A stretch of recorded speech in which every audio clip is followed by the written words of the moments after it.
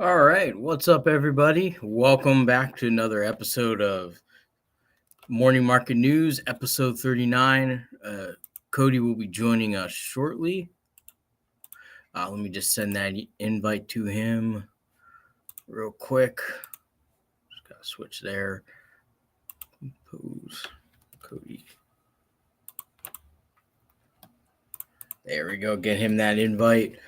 As always, we do appreciate you guys joining in. So really appreciate all the loyal folks watching us both on the live and on the replay as we get people funneling in here. I know it's been a while.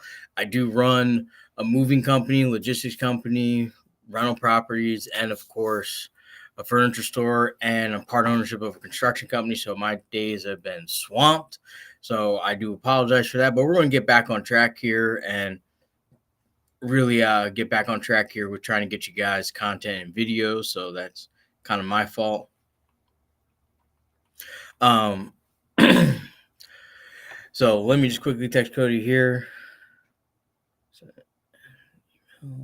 So as we go, there's been some craziness happening over the last 4 weeks. We kind of topped out on the crypto markets. Everything's kind of going in a nice downward trend. The stock market looks like we're starting to go on a downward trend as well. We still have tons of layoffs. We still have a lot of market factors driving down overall values in the markets. Hey, Cody, what's up? Glad to have you back in here. It's been a while. Yeah, it has. It's been like 4 weeks, really.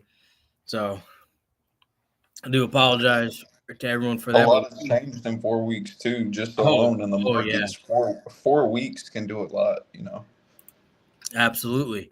So let's go over some of the basics here. We have the crypto market cap at 2.28 trillion, up about a little over 1% over yesterday. Trading volume is up 20%. Bitcoin dominance is at 54%, while Ethereum is at 16%.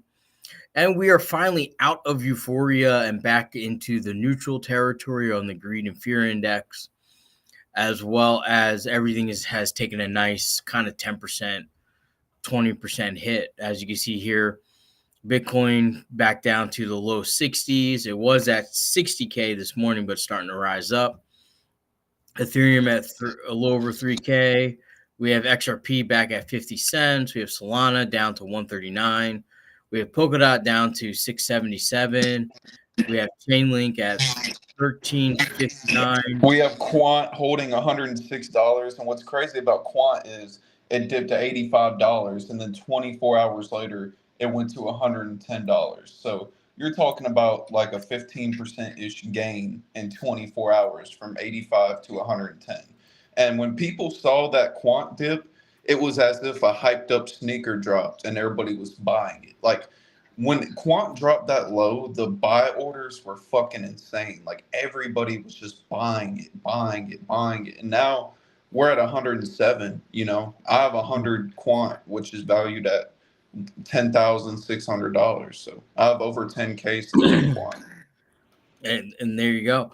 And just dollar cost averaging over through those dips. And I wish I had seen that 85. I saw it, but by the time I logged on to buy Quant, I was buying it in the 90s. So I did manage to buy some Quant at a good price. And I still think 106 is a good price to dollar cost average in, as we should probably start to see this towards the end of this year getting closer to 250, 300 as it's getting ready. Well, the thing about Quant is like the all-time high of it's 428, right? And at $428, there's no token dilution. Like there is no added supply onto it.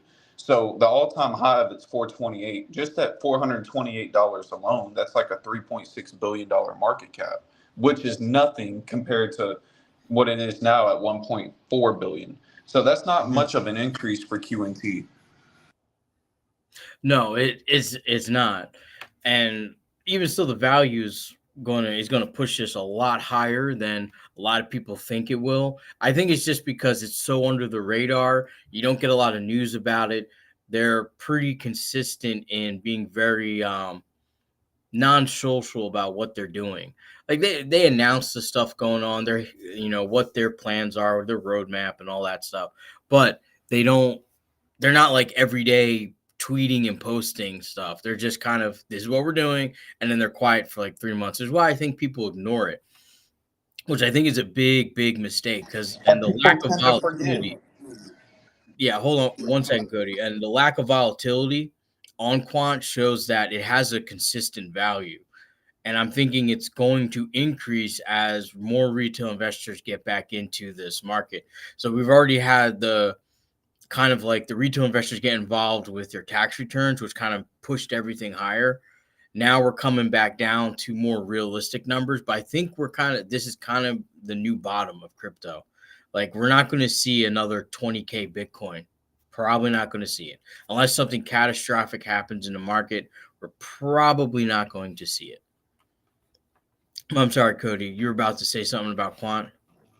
Oh yeah, people tend to forget that today in 2020, Quant was actually valued at $4.46. Mm-hmm. So even at these market lows, we're still up 22x from today in 2020, which is absolutely insane that you could buy Quant for $4.44 now that it's at $107. Because if you threw in a couple $1,000s alone at $4, whew. Oh, absolutely. You'd be riding pretty high right now. But a little bit more on just the news today because kind of got some craziness going on in, as you guys know, with layoffs and everything. So I kind of want to share this tab just to show you like what's going on. You have Rivian laying off another 1%. You have Google laying off more employees. You have Tesla laid off employees and then ironically gave Elon Musk a 58 or was it 53? I'm sure 56 billion pay package after they did a mass layoff. You have Swiss Bank, UBS, and Credit Suisse laying off people during the merger. Although those layoffs are more European, not so much American markets. But you got Swarovski laying off people. I know Walmart is laying off. You got Walgreens and CVS laying off. You have Family Dollar laying off and closing 1,000 stores. You have American Freight, Furniture, and Mattress laying off, I think, about 20% of their employees. And they closed 113 stores, which would be roughly about a quarter of their stores. And so that's 6 people per store. So it's 113 times 6. Yeah, 678 people without a job in areas that jobs are hard to come by. So just be warned, guys. Like I don't know what this economy is, but it's not bad. But layoffs are starting to happen more and more and more frequently. So if you are working for a large corporation or Fortune 500, just understand that at some point layoffs are going to start happening, and they're going to start chipping away till they can basically work off a skeleton crew. But in other news with Tesla, reason why I'm not strong on the Tesla stock is I expect this to go under $100. They're having problems with the quality of their product. It's too expensive. They're slashing prices on a lot of things, including their self-driving feature, which used to be $200 a month. Now it's $99 a month. So they're just slashing prices left and right. I don't think that's fine. EV demand is just down and it's going down and down. Those Mach-E's from Ford, they used to be real popular. All of a sudden, they're all over the lots now. Yeah, I still think Tesla long term is going to do well, but short term, no. I would say within the next 5 to 10 years, we'll see true valuation for Tesla.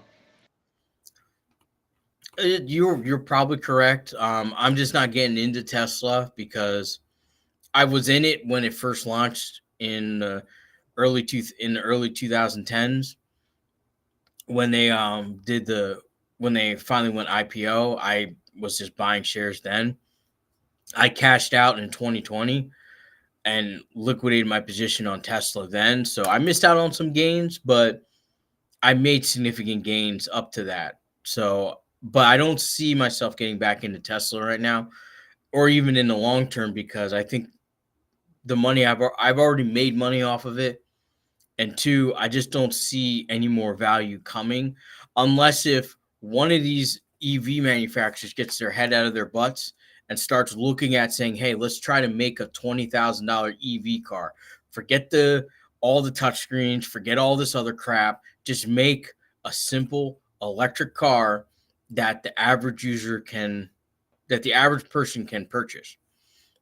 But also the infrastructure is not there. This is EV vehicles are still really a luxury item. Like, you can't have an apartment and have an electric vehicle, especially if your complex you're renting out of does not have charging stations. The only way to really this works is in the high end communities.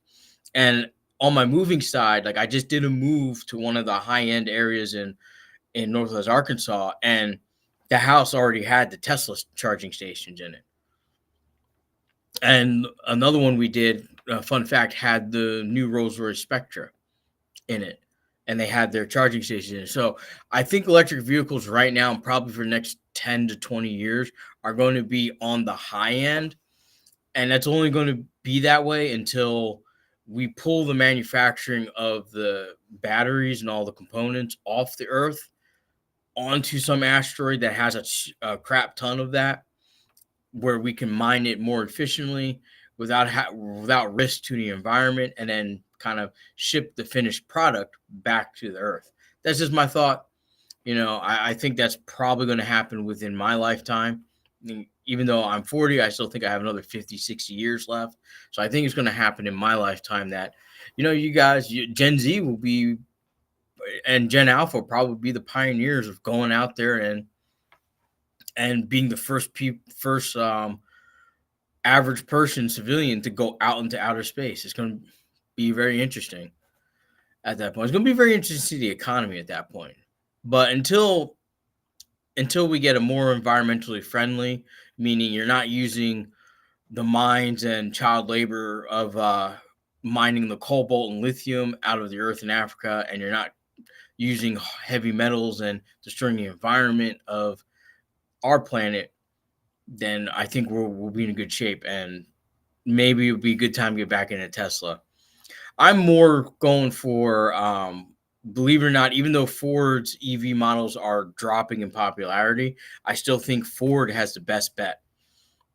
And if we look at Ford, I know I haven't covered Ford in a while, but I think Ford has the best bet. Right now it's at $12.15. And I think Ford's going to have a better run over the next 10 years than Tesla will. I just have a strong feeling for that. But enough about some of those stocks. Let's go over to and before I go on further, I want to let you guys know that, keep in mind, the retirement taxes are increasing in 2026. So we do get a decent amount of 50 and 55 and up viewers. So just be aware that, taxes are going up. So plan for that. That may cause you to work another full year before you retire. So taxes are going up on your assets, on your private equity assets there. But let's go back to Chainlink, because I can't get enough of Chainlink. I'm practically in love with Chainlink. Cody and I decided around July of last year to get into it, even though we're down I'd say about 40% from where it was in the past about a month ago. Still a good time to buy in at $13, because you can dollar cost average in, or like Cody, who's doing just every 2 weeks, he's putting some money in kind of deal. I still think it's a great thing. They just launched another 5 videos about their interoperability on their YouTube channel, so they're definitely good things to go watch. They are doing a lot of work on the gaming part of crypto, on the on the play to earn sector, and then they're still bringing over They also just developers and everything. No, go ahead, Cody. I forgot the name of it, but they also just released something about it starts with I don't know, something for interoperability. I'd have to look at the name again. Yeah, I know what you're talking about. I'd have to look at the name too. I was actually going to watch their YouTube video about it today before we go on, but I just want to let you guys know that Chainlink is Oh, it's still a called strong. Transporter. I'm sorry. Transporter. It's called Transporter. Okay, yeah, that does sound familiar. Let me see here.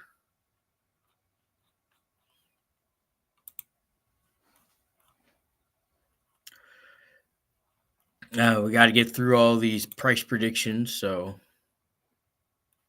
let me see if I can. Let's just go to our Yeah, I don't website. really care for price predictions. A lot of the Google, you know how you look up price predictions and it'll say something on Google 2025, 2026. They're basing it off like stock market type prices and it's out of line with crypto. That's why I don't listen to anyone like making price predictions. I don't even care for price predictions. I just keep dollar cost averaging.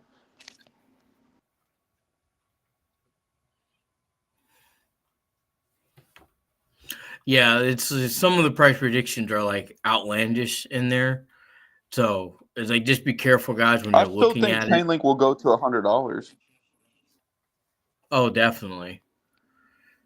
Where the heck is it? $100 is like 80 billion from Chainlink.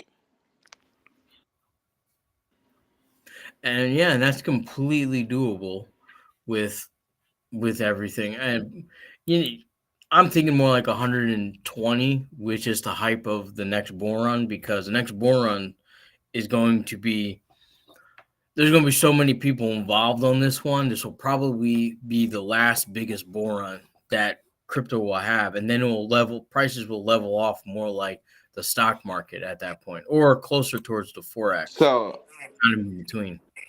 I remember sitting in your office in late 2021, while I was doing sales, I was thinking to myself, man, like we just got 3 more years, four, no, 3 years. I remember telling myself 3 years. Now we're just 1 year away from 2025. Like it's crazy how time flies. Like we're just less than a year away from this. Mm-hmm. Oh, absolutely! It's crazy It's how crazy time because I just built up flies. I built up a good portfolio in that amount of time. Like I have over 1,000. I have 100 quant. Like, and I'm building up Chainlink. Like, I have 3 solid projects in the right niche to where I'll make some serious money. And I know for a fact I'm gonna walk away with 6 figures. I know for a fact. Like it's inevitable at this point. Oh yeah, and it's crazy because how much we have changed from our perspectives, because we had XRP was one of them. Um, Adam was on there. We had a few others that were kind of coming in, coming off, kind of deal. So it's just kind of it's pretty interesting to see how everything was Yeah, I going. dropped Atom and XRP. I dropped Atom and XRP and Polkadot and Quant were the only two that, and Chainlink were the only 3 that actually lasted in my portfolio. Not because I don't like XRP. XRP is gonna do well. Like I think genuinely will actually go back to all time high or put in a new one. I just want my capital in 3 investments instead of 4 or 5 or 6. Because I'm very confident in the ones I have. Like I'm glad Quant dropped to $85 because it showed how strong the buyers are. Like it showed how strong and resilient the price action actually is for it to go like that low and then hop back up in 24 hours. And Polkadot, even though Polkadot went to $11 a month ago and now it's almost at 7, it's like the Polkadot 2.0 is coming soon. We have developer activity going insane. So and it's the Web3 Foundation's product. So I'm still bullish on that too. And my staking rewards on it really good. Oh yeah, absolutely. And as I said, you guys want to make sure that you're staking through the ledger, not through one of those Don't exchanges or stake through websites. Coinbase. Yeah, don't stake through Yeah. Coinbase because all it takes is new regulatory rules and staking on your exchange and getting them off of that. It could be a hassle. That's why on my Polkadot, I stake on a validator called P2P on my ledger. Now, you do have to have a certain amount of dot to stake solo on a ledger. If you have under 550 dot, then you'll have to join a staking pool, which is a minimum of one dot. But if you have 555 or more dot, then yeah, stake on the ledger, solo stake. I get about zero point 0.5 dot a day. So in the past year, I've gotten like 110 dot from staking. And you want to buy while staking because if you think about it, like you're staking, you're earning yield every day, and you're buying on top of that, and you set your rewards to compound, like auto compound. You're just printing dot. Like you're just essentially getting so much dot if you're buying and getting staking rewards and compounding it. You're just printing dot. Exactly, and that's what I've been doing. I've been staking my dot, and which is something I recommend for you guys to do. And I'm probably not going to unstake it anytime soon, as I think it's going to be even better long term investment beyond the bull run. But My let's only complaint. Mhm. Oh, I'm sorry. No, go ahead. Go ahead. We'll My only finish up. complaint on Polkadot is, and this is actually most people's complaint on Polkadot, is the token inflation, and it's currently at 7.6%. So the dot supply last bull run was actually at 980 million. It went from 980 million to now 1.43 billion, which means on 7% inflation on top of that, by next year, the supply of dot will be 1.57 billion. So keep that in mind too. I keep that in mind, but Polkadot 2.0 is going to address a lot of like inflation issues and tokenomics and stuff, but we have to wait on that. They said around quarter three, quarter four, we'll get Polkadot 2.0. We'll see. But I Mhm. mean, yeah, that's most people's gripe on the inflation. It can't right now. It's a hard issue to be solved because you got to balance out network security, staking rewards. The inflation mainly incentivizes funding for the treasury and for staking rewards.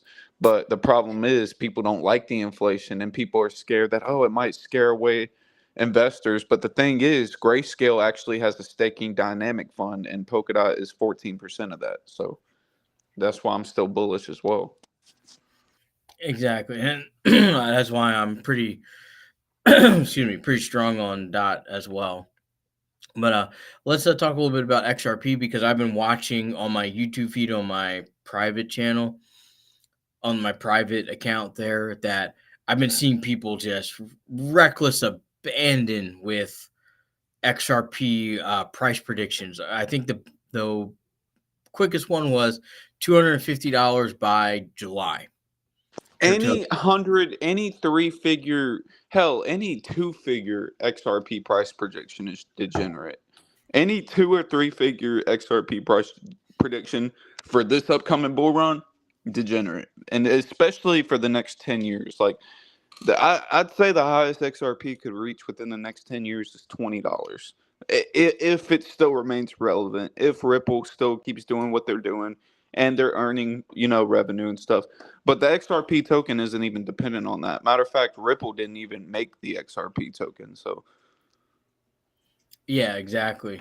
And but there is a use case for it because the speed of the system is just outlandish to compared to what we have right now. I don't So think Solana will last 10 years. Like people talk about, oh, no. well, Solana's fast too, but that's the thing. Solana's hot right now, but if it's gone through so many outages and issues and it stopped producing blocks on the network, just like Avalanche, for example, there was a day, I think a month and a half ago, where for 8 hours, the Avalanche blockchain stopped producing blocks. And Mhm. Polkadot's never gone through that. I don't think Ethereum went through the whole thing in 2015 with the DAO hack, but that's totally different. Like we've never seen what's going on with Solana, and the only reason why Solana's hot is because retail greed and meme coins. And you can't tell me otherwise because You can't, like, yeah, you can build stuff on Solana, but it's like I don't see any enterprise institutional use case for it as something like Chainlink or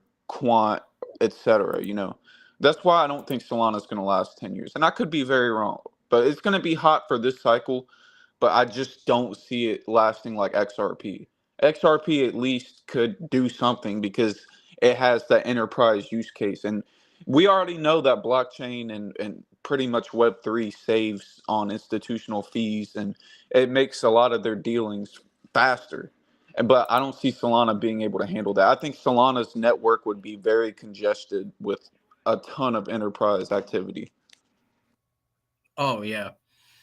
I don't see Solana holding up. I think it's just got the hype right now, and on top of that, there's a lot of people who are in a negative position on Solana right now that have huge chunks of Solana. So they're gonna try and get their money back or get something back on it. I just think Hell, XRP is SBF gonna make it. I'm sorry, go ahead.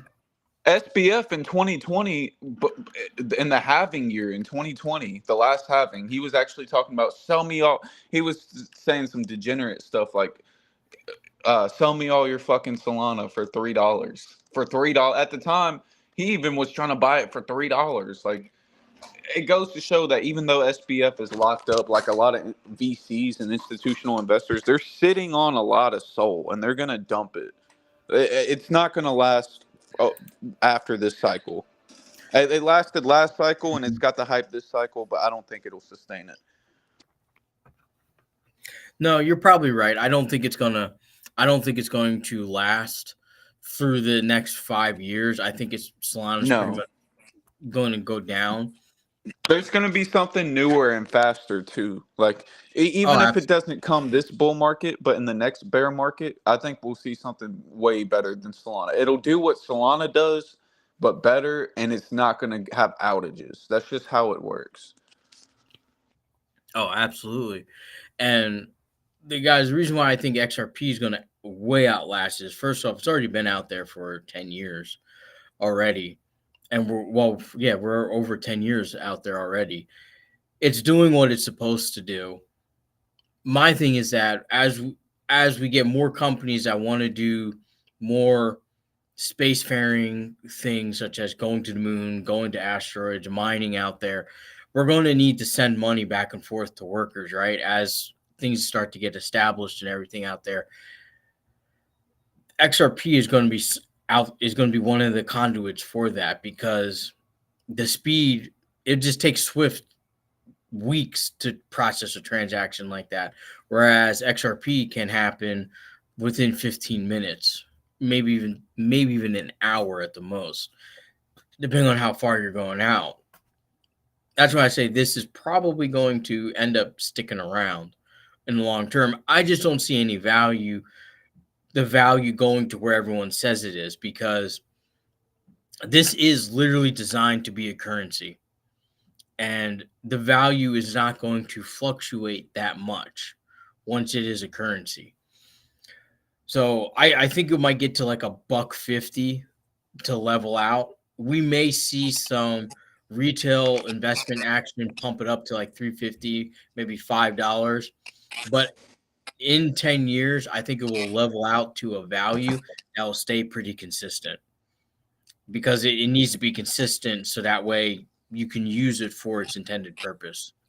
Exactly. Yeah, and that's what I've been thinking about XRP this whole time. It's like the XRP ledger itself, amazing. But when it comes to the price values that people say it's not going to hit that because that's not what XRP was intended for. It's intended for, the use case only. It's not the price action on it has been probably one of the worst in the crypto markets, I would say. But at the same time, the XRP ledger is, and when you actually use it, it's actually really good. It's just like Neo. It's like Neo hit its all-time high in 2018. It didn't even hit a new all-time high last cycle.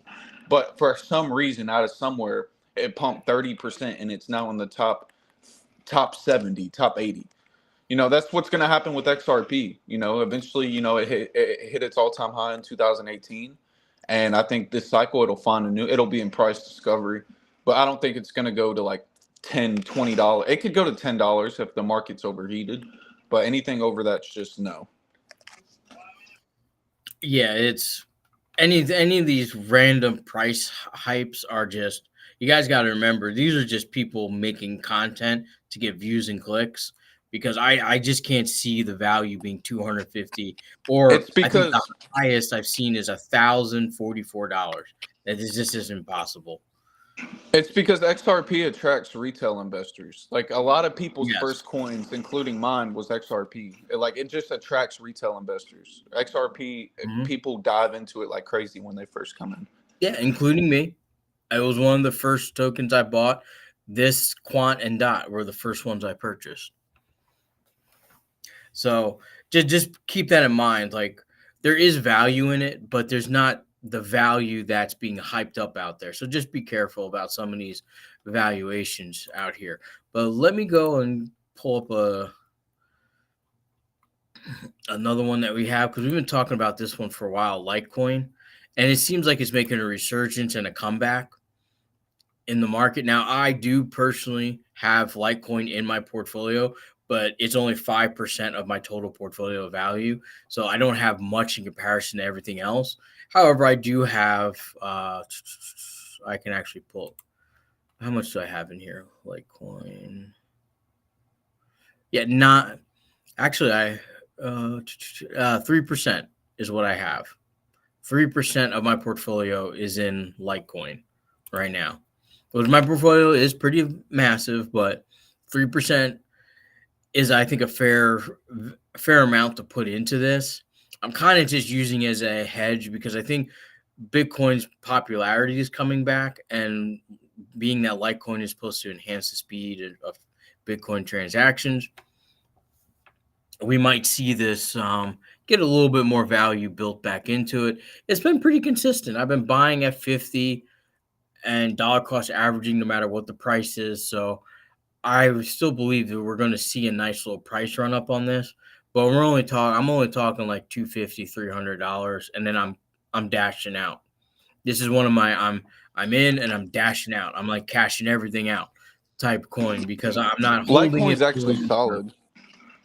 It is very solid. I'm just letting you guys know, this is one of the ones I'm in, and once I make the profit, then I'm out, and we'll have to look back at it and see where, if we want to get back into it.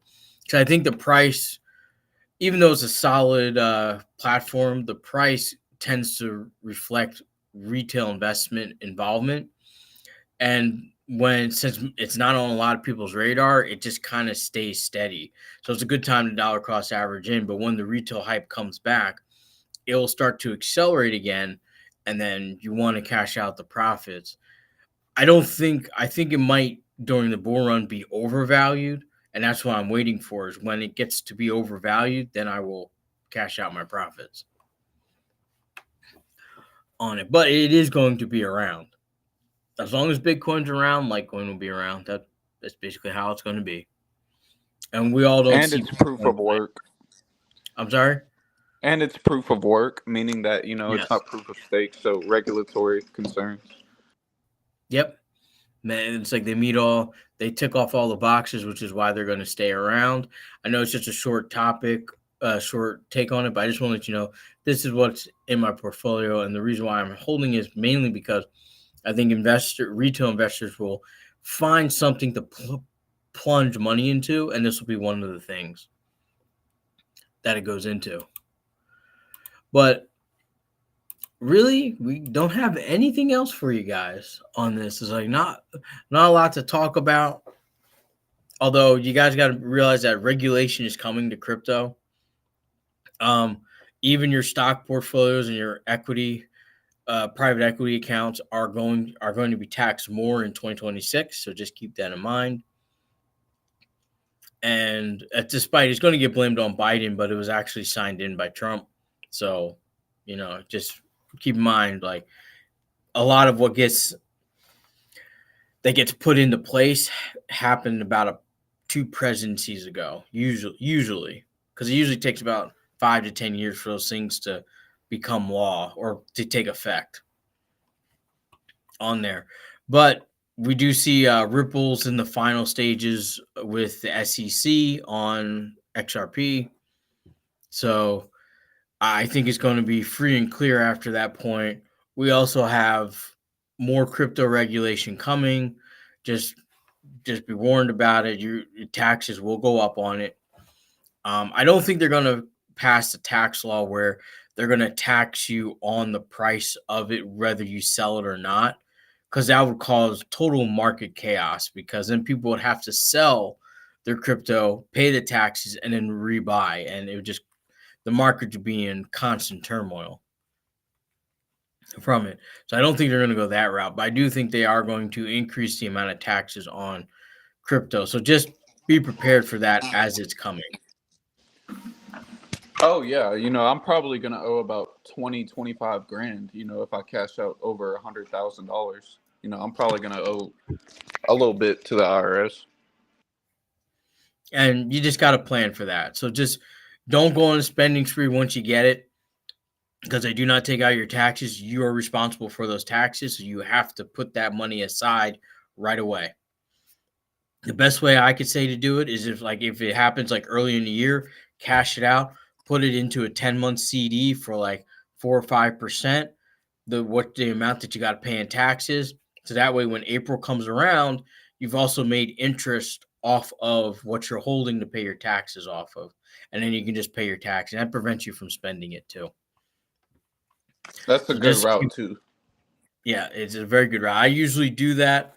Um, every year with my own personal income. So that way the next year when I have to go pay it, when those CDs, which end of January, they become up for renewal, I take money out and then I renew the CD. I pay the taxes and put more money back in from the previous year. So that way there's always money aside for taxes and I'm making interest off of the money I'm setting aside for taxes.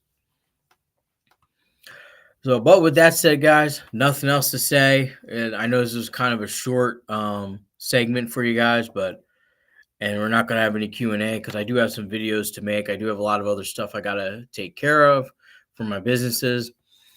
I know we didn't get a chance to talk about real estate, but there really is nothing to talk about in real estate. It's just you either got the money to buy a house or you don't at this point. The values aren't coming down anytime soon. If they do come down, they're going to start coming down towards the end of this year. I don't see like Gen Zers and Gen Alphas are not going to be homeowners in the next 10 years. They are pushed back even further. We do have a lot of other things to play into that where, millennials and younger are not having kids, not having as much kids. So we don't even know what the effect that's going to have on the economy.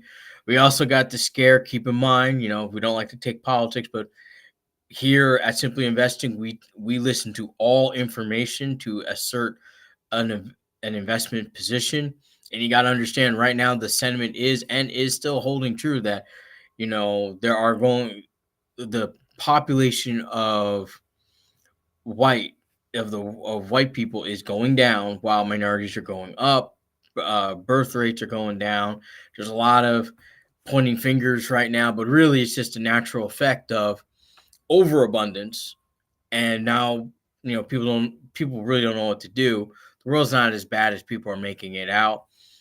Everyone's mixing, so we're not going to have in another few hundred years, we're not going to have any races anymore anyway.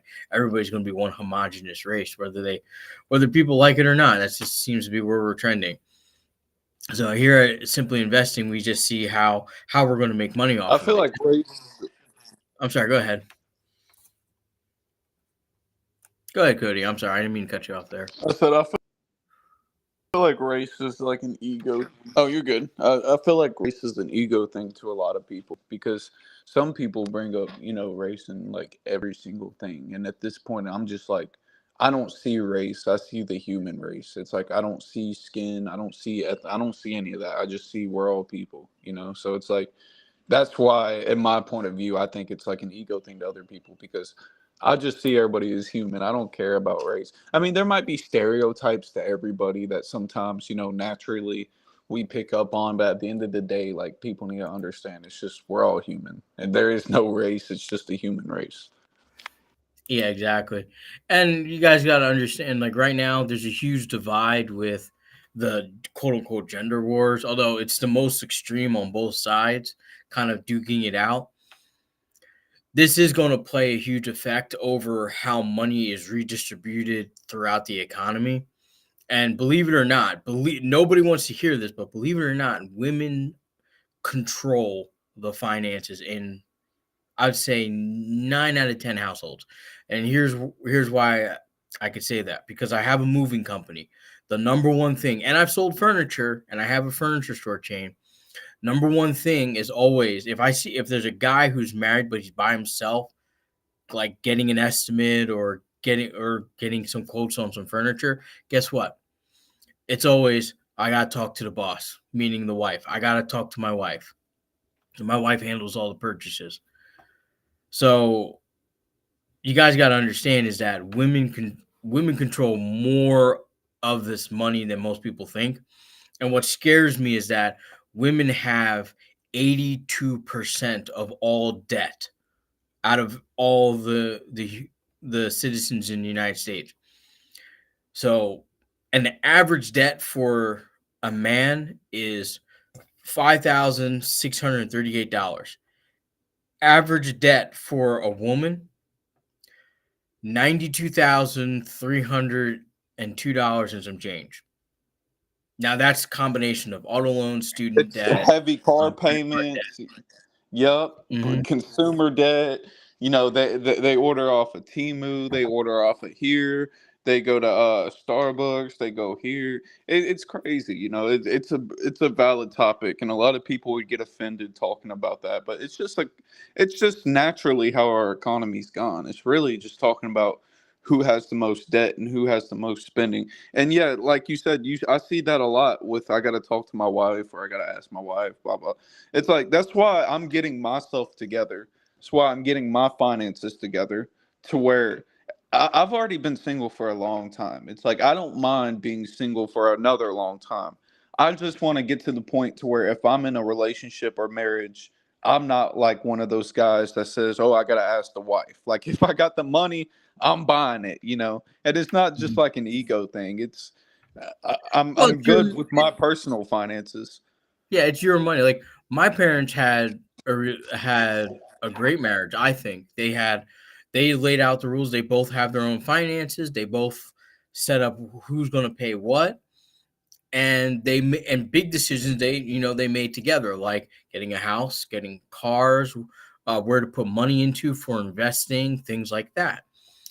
And a lot of people think, and even still outside, a lot of people think my dad controls all the finances, but really my mom kind of runs the family and ran all the finances and kind of was the final say on a lot of financial decisions. And that's why like people say you have to find somebody with the same values, but I think financial values matters more too because people don't really talk about you know how you say like finances is a touchy subject to people.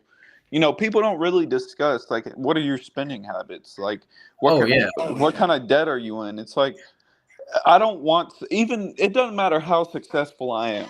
I don't want to take on somebody else's debt and I don't want somebody who's crazy with spending. It's just like that Bobby Altoff influencer. I don't know if you know who that is, but No. she's popular for making that interview in bed with Drake. Like she had a whole interview she was laying in bed with Drake. And she posted personal information about it. She was taking a video with her baby in the background saying that oh, he didn't like how I met DoorDash 3 times a day and bought clothes. She said, "You have, honey, you have an income problem. I don't have a spending problem." It's like, no, I actually did research on what he made, and he made 6 figures a year. He didn't have an income Hmm. problem. She had a spending problem, and that's how a lot of, not all women, but that's how I've seen a lot of modern day women think. They DoorDash a lot. They order food a lot. It's crazy. And Well, mhm. she was saying that oh he has an income problem. He made over $100,000 a year. That's not an income problem.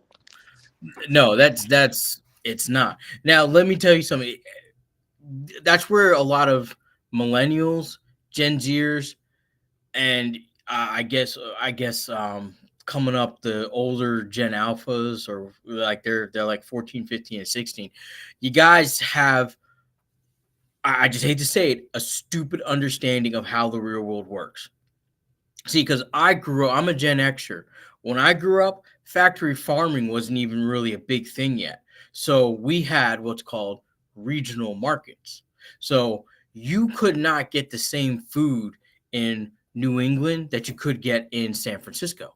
It's all different. Everywhere is different. Now, when you talk to my grandparents, my aunts, my mother, everyone who is of that age, 60 and up, they made everything from scratch, including juices. So they would take the fruit when it's in season, you'd make your juice, then you would concentrate it and freeze it so you had it over the winter. And when you concentrate things, you cut a block off, you mix it with water, and that's how we had orange juice or grapefruit juice or apple juice or any type of juice we wanted during the winter. And a lot of, like, we bake our own bread. My mom makes her own pasta, does everything from scratch, even makes her own breadcrumbs. You know, the stale bread that no one eats, you make breadcrumbs out of it. If millennials and Gen Zers start thinking like that, they will realize that you don't need a lot of money to survive, and you can start saving a lot of things when you start doing things yourself, especially a lot of young men, because they don't realize, like, when you get a home, learn how to patch holes in the wall, learn how to put on your own molding, learn how to do your own floors, People don't learn think how to about do maintenance. People don't think about maintenance and work on a home. Like, yeah, if you got a bunch of money, you can hire people to do it. But it's like if you know how to do it, it's even better. No, it's absolutely right. I can't tell you all the skills that my dad taught me growing up has helped me with my moving business, because my guys have put holes in the wall occasionally. Sometimes you trip and fall, things happen, but I thank my dad every day because he taught me those skills. Like, I remember turning 7 and starting to help him with floors, starting to help him with mowing the lawn, raking the lawn, aerating the lawn, learning how to use all that And see, I equipment. actually wish I had that because I'm 23. I turned 24 this year, but see, I didn't grow up like that. And see, if I did, like at the time being a child, you kind of don't like it. You're like, oh, I want to play games or I want to do this. I want to hang out with friends. But in reality, actually going through that as a child, like learning how to do those skills, like as an adult, you think you appreciate how you were raised like that. But as a kid at the time, you're like, oh, this is boring. Like, I don't want to do this. But when you're an adult, you're like, yes, I was taught how to do this. I can now, get into a trade easier because I did this as a kid. Or I can work on my home easier because I started learning this as a kid. And that's Exactly. what I wish I had. Yeah, just simple skills. Like, I had to create a pool table. And the only reason I knew how to create a pool table is because I already knew how to cut, measure wood, make boxes, make frames, and all that stuff. A lot of you guys think it's so hard, but if you don't learn how to do those simple things yourself, then you You'll have to pay for it. pay someone else for it. And what you're paying for is the experience, knowledge, and time and effort that person did to become good enough that you want to employ them to make whatever it is that you're making. That's what a lot of you young people don't understand. When the older generation is saying you guys are wasting money, that's what they mean when they say you're wasting money. You don't There's things you can do yourself that you have to know how to do yourself to help you save money and make it more cost effective. Like, this weekend, one of our rental properties, we had a bad tenant, destroyed the floor. I mean, completely ripped up the carpet and destroyed the vinyl flooring. Thanks to my dad, my brother and I were able to go to Carpet One, buy the flooring, and then go install it ourselves. We loaded up in our truck and we brought it over and installed it ourselves. And So that's what, impressive. yeah, and what would have cost maybe like 5, 6, 7, or maybe even $10,000 now only costs us like $600. So, and a lot of young people want to get into rental properties, and you guys don't know how to do any of this stuff. I'm not saying I'm a master builder that I can remodel like a modern day kitchen. No, but I can put a countertop on. I can install my own cabinets. I can Put in a my own toilet. flooring down. The only thing I Toilets are a need is big the thing. electrician. I'm sorry? I said toilets too. Toilets are a big thing with rental properties. You always have to replace toilets, especially after a tenant, like a tenant you described that rips up carpet. Yeah, they'll screw that toilet up. Yeah, and putting on a toilet is easy. My mother knows how to install a toilet. My dad taught her how to do stuff. Like, that's what you guys don't understand is like you have to know these things. And even still, just like my dad taught me how to do all the handiwork, my mom taught my brother and I how to cook and how to make our own cleaning solutions and all that stuff. So that way we are more self-sufficient than other people out there. We have a little bit of kind of like like an edge of for survival, if you want to put it that way. Because when we get a home, we could fix a lot of stuff ourselves. And see, you know how Kevin Samuels talks about, like investing in like people teaching you other things and stuff, like a mentor pretty much. That's pretty much a route like a young guy like me who didn't grow up like that at all, no handy skills, pretty much everything done for me like that. It's like I have to pretty much either luckily be around somebody that can, teach me those things, or I have to pay somebody to learn how to do those type of things pretty much. Yeah. Now, like I said, I don't know how to install those new ceramic luxury floorings. I can't do that. But I can go buy just regular carpet and put it down and even it out. I can go get vinyl flooring and install it, cut it to fit areas. I know the angles. I know how to put it in there. But it also helps when you know how to do something, you can tell when someone is trying to fleece you as well. I can't tell you how many times someone has tried to like out egregiously charge me for stuff that I know doesn't like okay, so I had a couple that we were moving a piano out and they scratched like 3 feet of the floor. And he's sitting here telling me it's going to be like $10,000 because they think, oh, it's a business, they're going to pay it. I said, no, 2,500 or else I'm doing the damn thing myself. And when they realized that I knew what I was talking about, I knew the material, I knew the wood, I knew how to source it. All of a sudden, they came back to me with $1,800. Same thing with an electrician talking about, oh, it's going to be like $4,000 to fix the breaker box. I said, well, I can get all the parts for $300, and I could put it in myself, and then call the state electrician to certify it. And all of a sudden, it went from 4,000 to 1,600. Like, that's the type of stuff that you have to know, and you have to be willing to learn how to do that stuff. Like fixing a breaker box is actually pretty easy. I watched a electrician do it once when I was at Radio Shack, and it saved me money on my yearly bonus, so I could have a bigger bonus. And from there, I knew how to fix it for my own businesses. I know how to fix it for my own home. When I'm buying a potential rental property, I know what it takes to fix those type of things. So it's like those skills last forever throughout your life. Like you have to be able to know how to do things. The only thing I wish I learned how to do from my grandparents was growing vegetables and stuff.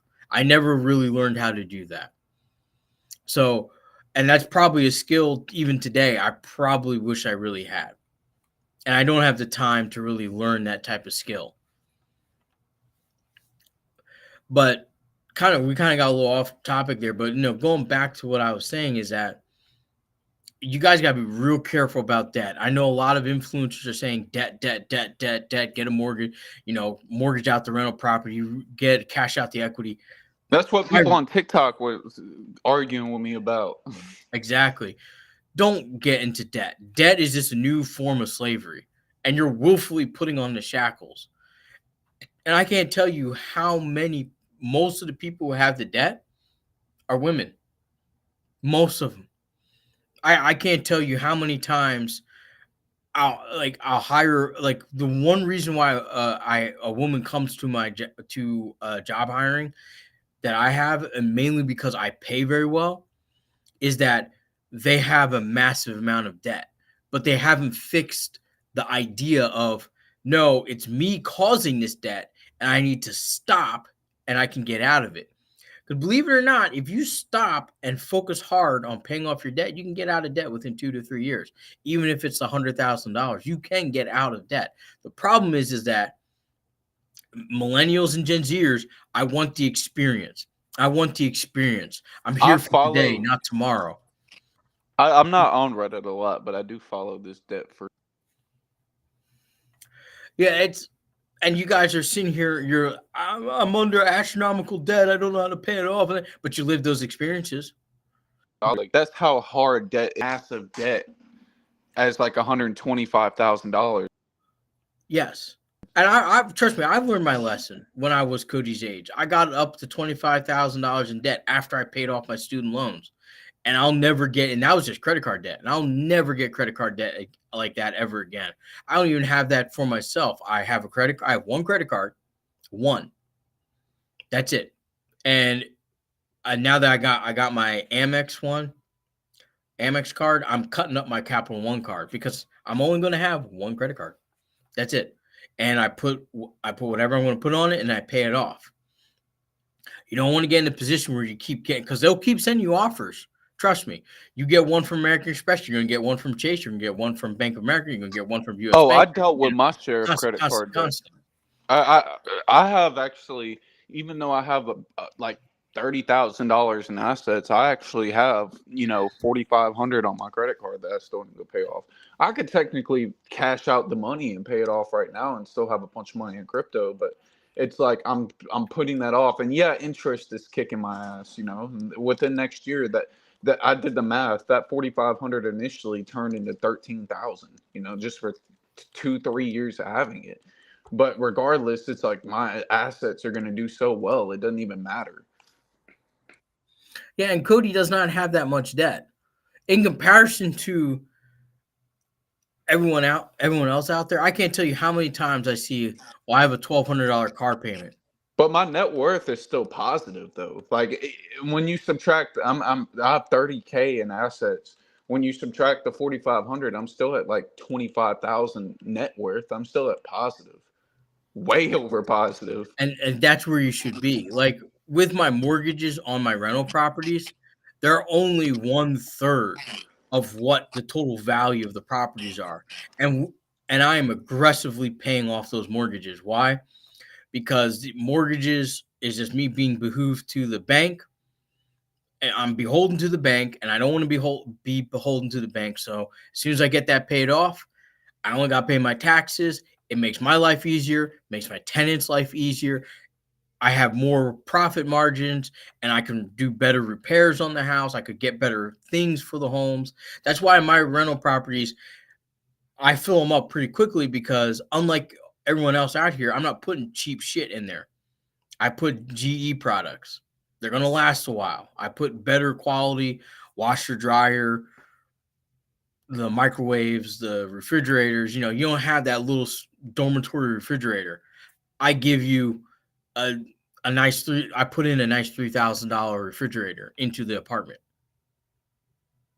Like I don't play around with what's in that apartment. I'm able to put quartz countertops rather than that stupid particle board that all these landlords intend to, because my money is not going to the bank for debt. My money is going to reinvest into the properties to give my tenants, aka my customers, a better experience. And therefore, I usually get a tenant that doesn't want to move out, that's comfortable with paying my rent, and my rent's cheap. I'm easily $300, $400, $500, $600 cheaper than everyone else for the size properties that I have, easily. And that's mainly because most of them were bought cash, and the loans that were incurred were just to fix up the place, like 20 grand here, 30 grand here, 50 grand here. Not that much in comparison to what the actual property is worth. I wish you guys would establish that, because if you're young and you haven't even gotten a credit card, car note, or anything yet, listen to my advice. Don't take on an astronomical amount of debt. Use your 20s to really stack and save and invest, so that way by 30, you can have the option to work wherever you want. You don't have to work a hard job because you Oh, have to my pay goal. Oh, my goal by 30 is to hit 1 million, and I know I can. A million in net worth, and that's not even like set for life money. That's just the beginning of my journey. Like at 30 years old, like I know by 24, I'm gonna hit my first 100,000. And they say, and I believe this is true. Once you hit your first 100,000, like I'm talking about liquid, like active, not, once you hit your first 100K, your first million is easier, not easy, but hmm and that's why I say hitting my first 100K at 24, and then 6 years later, five and a half years later, I hit my first million. Like that's pretty reasonable if I just keep doing what I'm doing and working Oh, and exactly. just keep investing. And that 100K that I get, from investments, like that can literally just keep turning into more and more. Hell, even if I wanted to throw it to the S&P 500, I'd still do good astronomically. Oh yeah, and that's what I'm telling you guys. If you use your 20s and your early 30s for investing and building your career along with building your investment portfolios, by the time you hit 35, you will have the option to either retire or, not work the job you hate because it pays the bills. You can work the job you love and your investments are making you enough money to cover any gaps in your income or just passively grow on their own.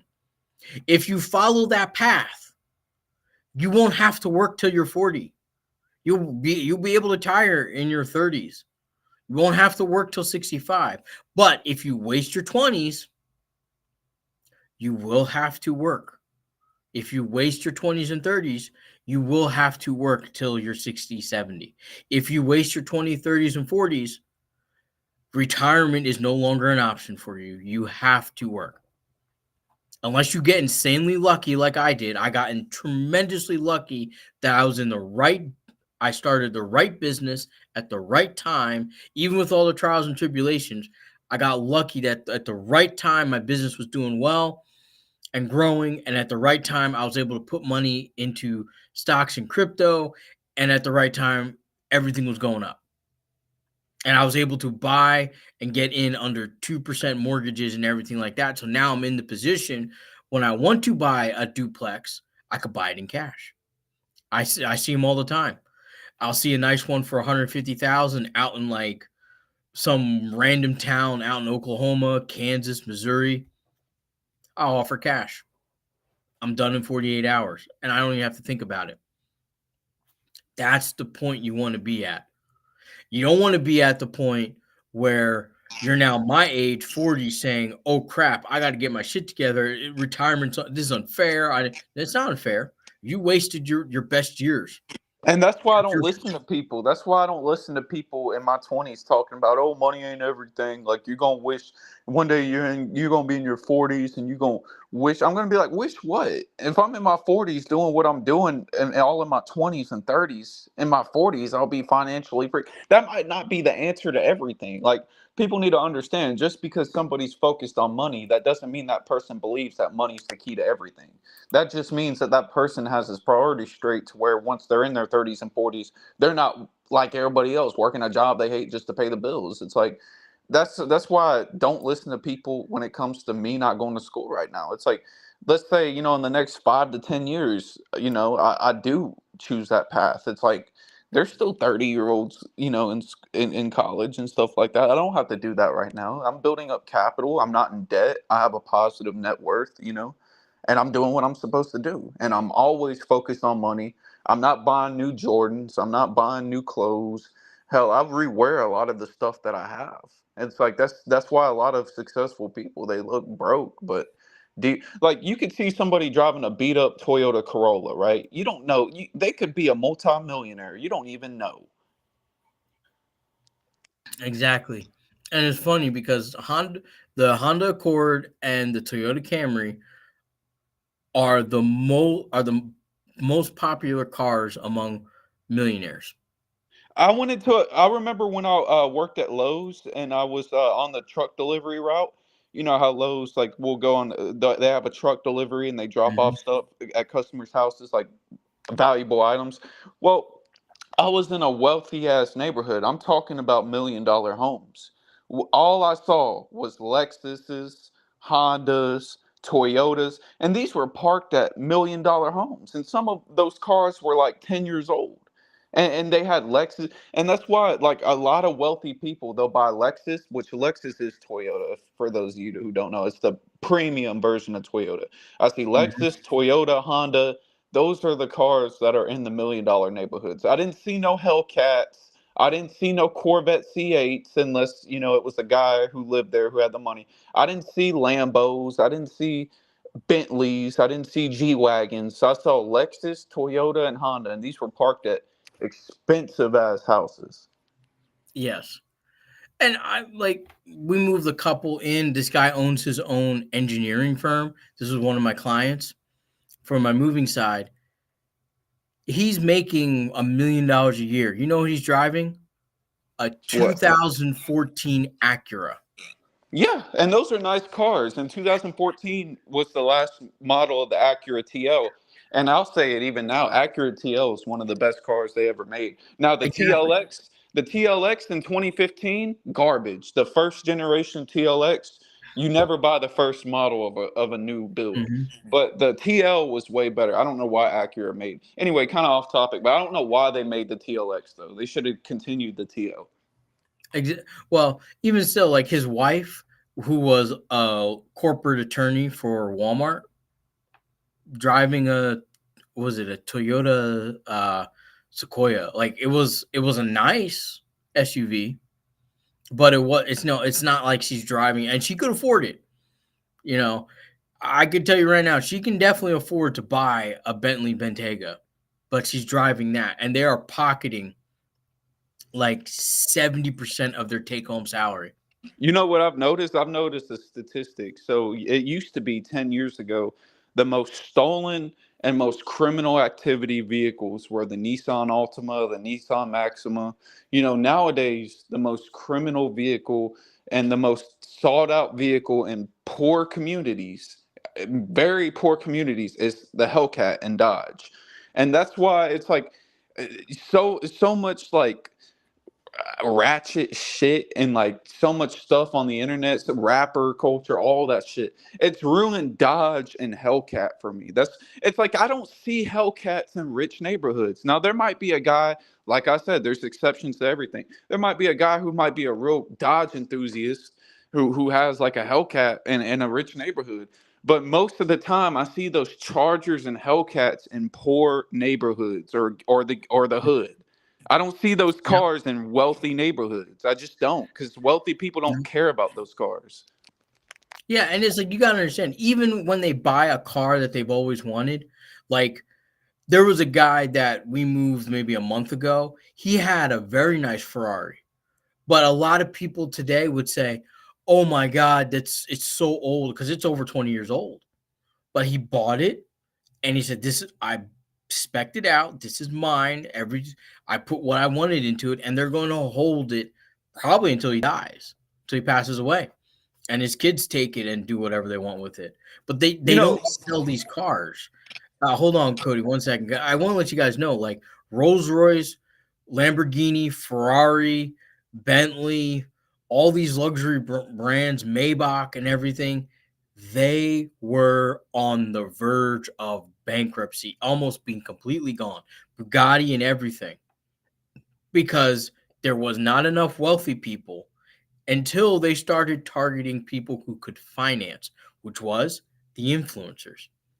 As soon as influencers came around, that's when these car companies started making money and they started having record sales, which was right around 2012, 2013. So just keep that in mind. Like, even the luxury brands were about to disappear because wealthy people don't behave that way. They needed to sell their cars to people who think wealth in terms of a poor mindset. But go ahead, Cody. no, I was gonna say, it's no, what was I gonna say? I totally forgot. It'll come back. It always does that. No But worries. on the car situation, oh, okay, yeah, no, no. So I remember I worked with this guy at Golden Corral when I was like 18, fresh out of high school. No, I was actually still in high school, about to graduate, and it was this guy who was a dishwasher, and he had a red Mustang GT out there. It was like a 2015, 2014, and this was in like 2018. Anyway, long story short, he was telling me that I work for this thing. Like, that's the only reason why I work. He paid about 450 a month. Another situation, this guy worked with at Sonic. He had a really souped up, newer Mustang GT. He says, yeah, that's where most of my money goes. He was paying $500 a month working at Sonic in the kitchen for his freaking Mustang. I'm like, you must either A, live with your parents, or B, you really got your priorities messed up. Because that shit can be going in an investment account and producing a lot. And you're not in debt. But that's just how a lot of people think. The cars and stuff, and impressing others. And there's people who make $100K a year who live check to check, and they blame it on the economy and everybody else. Oh, absolutely. That is always and let me tell you something. When the good times stop in the economy, that's when everybody who's been faking the wealth or leasing the wealth, or getting all the physical materialistic manifestations of wealth, they're the first ones that are going to say the economy's bad, we're not making enough money. They're out here. It's I mean, look because at they some of were these influencers. overspending, over leveraging, Exactly. overspending, and everybody's used to overspending and overextending, to where once the bad time hits, they think that it's like chaotic times, but in reality it's not really chaotic times. It's, you were used to the low interest rate times, to where you could put on a massive amount of debt and be an influencer and look like you're making it. And nowadays you can't really do that because the changes, and now you think the world's ending. Yeah, exactly.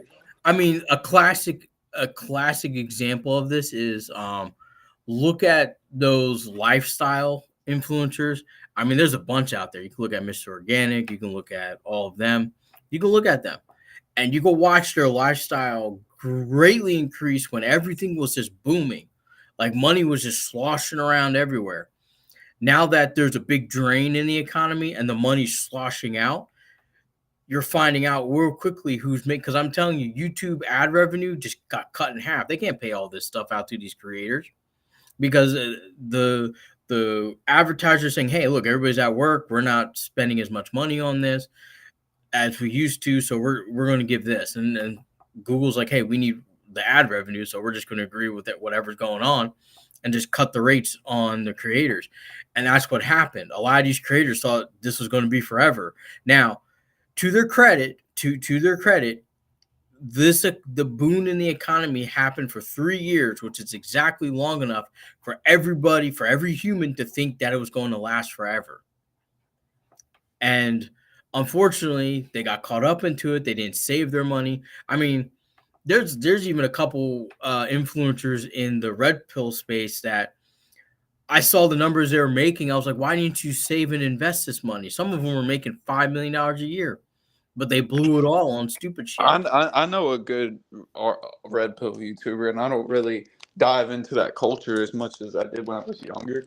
But this guy named Steph is Cold. He's like 2 years older than me. He's pushing $1 million in net worth. He has about 700K in net worth, and he makes YouTube videos. He works out. He makes a shit ton of money off YouTube. He's 2 years older than me. Already has 700K in net worth.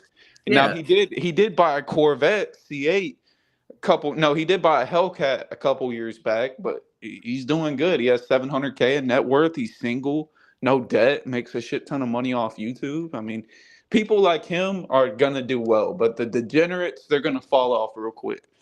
exactly. And you can kind of tell because like everyone's talking about, they're like talking about like 15,000 for this Lamborghini, 18,000 for this. I'm like, I sold those cars back in the day.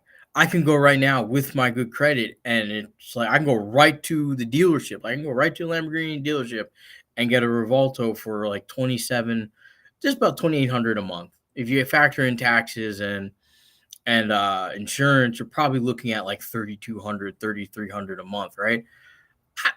And that's like a $700,000 car. It's like, how are you paying 14,000? And it never occurred to me until I realized, like, oh, they're paying for second market leases, which means someone with credit leased it to you and then is charging you double for it.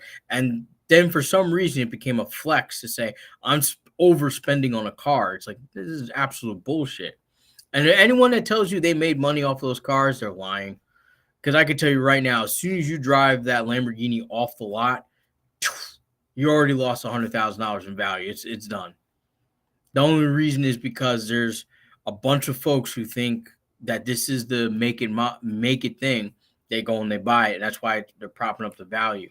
And dealerships will always pad on their lot interest onto you, and you don't even realize that you're paying for that too, off of that damn car. But that's another story there. But I just want to say that you're going to start seeing a lot of changes, and a lot of people, if you go back and watch the last 5 years of their channel, you'll watch the progression up and the progression down.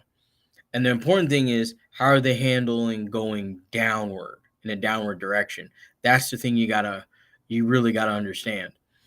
And once you understand that these people ain't making any money, and that as soon as this revenue dries up from this, or like I said, we're coming to the economy where if you want to make money, you got to work for it. This ain't a no. I got to sit around. I'll make a lot of money for doing barely nothing. No, you want it, you got to earn it. This is the economy. This is the make it or break it economy. This is you are going to fail or you're going to succeed. Which is it? What is it going to be? And there are going to be a lot of people that are going to win that race. The race will be won. It will be won. Make no mistake about that. Just, are you going to be on the winning pack or are you going to be on the losing pack? Like while I'm sitting here, there have been influencers that have mocked men like me, and now we're seeing that they have way less than me. Way less. And all of a sudden they're falling off. I've even had people in where I live, people who have their other businesses tell me that I didn't know how to run a business, that I wasn't going to make it. And 6 years now, I'm growing and they're closing. The reason why is because I don't take this as a joke. I wake up every day, I'm back to zero. Like, we're broke. Like I got no money. Like, I got nothing to my name. Like, today is either I'm going to make it or I'm going to fail. And failure means, as always with everything in the world, when failure means you're out of this world, which means you're done. You're clocked out. That's what failure means. And I don't fail. I succeed. I will keep fighting to that next day. I had a lot of people who worked for me who thought, oh, I could just go someplace else and get a better paying job. Gone. Done. They're all calling me back. Hey, you got an open position? Nope. Sorry. Nope. Sorry. Nope. Sorry. Nope. Sorry. You guys got to understand. Work hard and keep pushing. When someone says I won't, really mean, when someone says I can't do it, they're really saying I won't do it. Be the person that says I can do it. I can make this happen. I can succeed at this. I will do it.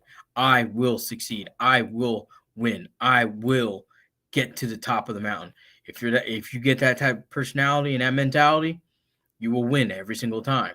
But if you go backwards, if you start saying, oh, I can't do this, I can't, then that really means is I won't. I can't work out. I won't work out. I can't. Hate to say it, and I'm a big guy. I a lot of times in the morning, I don't want to work out. I get up and I do it because I have a goal that I want to get to. And I refuse not to hit that goal. And since I'm halfway there, I got to keep going, right? It's the same thing with you guys. See where you want to go financially. Yeah, Keep exactly. pushing to get there. Keep pushing to get there because the minute you say, oh, it's the economy's fault, I can't, it really means you won't sacrifice that Starbucks in the morning. You won't pack your lunch. You won't do the things necessary to succeed. So you cannot complain when the culminations of poor decisions lead to an outcome you didn't want. It's not the economy and it's not some nefarious conspiracy. You made a bunch of decisions that led to the point. Even I made some poor decisions in my life. But when I hit 34, I said, you know what? I'm making a lot of pretty bad decisions. Let me start making some good decisions. And just from 34 to 40, making some good decisions have paid off tremendously for me. But I still can't just say, okay, well, I'm done making those decisions. I have to keep making them. I have to act like I'm on the verge of bankruptcy every single time. Every single time. And I think we kind of stalled out enough for you guys. Kind of went on a rant there. So I got nothing else to say, but Cody, do you have any final thoughts before we truly clock out for this live? Nope, but I will say everything you're saying is the truth. I can't argue with that. Yeah, it's hard to argue with that. But be safe out there, you guys. Thank you for everything. And as always, this live was sponsored by you guys hitting that like and subscribe button and sharing our live so we can get more people in here. As you guys know, Cody and I just like talking about this every day, so we just kind of put a camera to it so we can share with you guys. But thank you guys so much for watching. We'll see you guys later tonight for our evening live. And as always, stay safe, do your own research. Don't invest your nest egg in a moonshot. And as always, I am a strong advocate of get yourself a financial advisor so you can start your plan for financial success. With that said, I'm checking out, and I will see you guys later tonight. So have a wonderful day, and thanks for watching the whole time.